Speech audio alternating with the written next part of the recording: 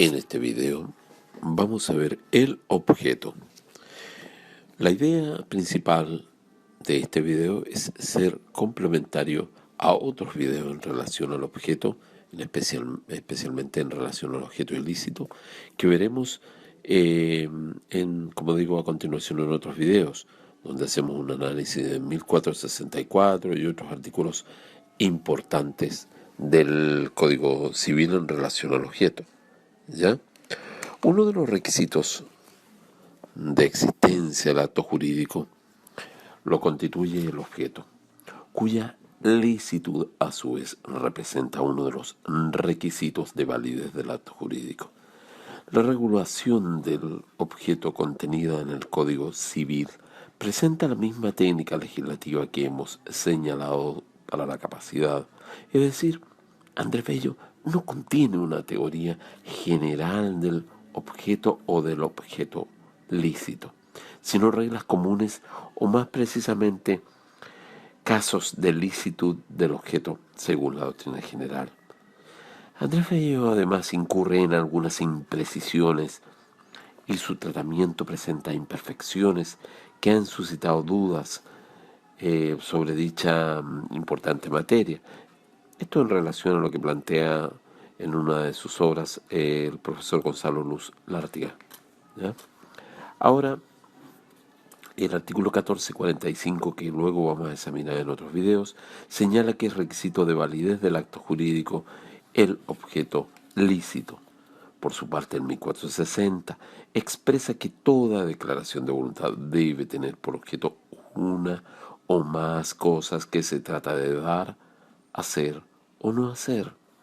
Veremos entonces que desde un punto de vista doctrinario al menos debe distinguirse claramente la existencia del objeto, que es requisito de existencia del acto jurídico, y la licitud del objeto, que es requisito de validez. Existen tres conceptos relacionados con el objeto que no deben confundirse: el objeto del acto jurídico, el objeto de la obligación y el objeto de la prestación. Ahora, por ejemplo, el objeto del acto jurídico ha de entenderse los fines jurídicos que él persigue.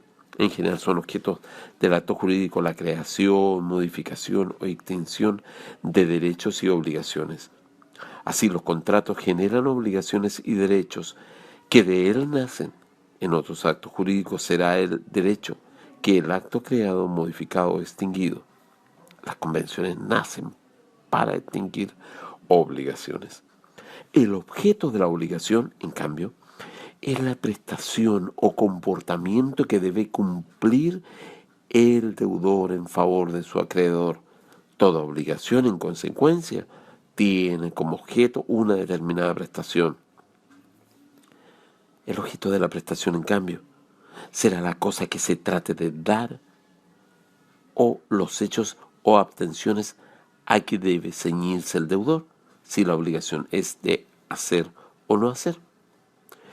En algunos artículos se omite toda referencia al objeto de la prestación y solo se alude al objeto del acto jurídico, al objeto de la obligación, entendiendo por esto último lo que el deudor debe dar, hacer o no hacer.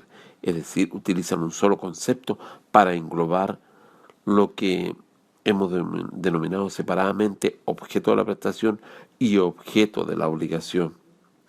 Por ejemplo, si queremos comprar un Mercedes-Benz 320 de tal año, el acto jurídico bilateral oneroso conmutativo principal nominado se llama compra-venta de cosa mueble. Eso está claro desde un punto de vista.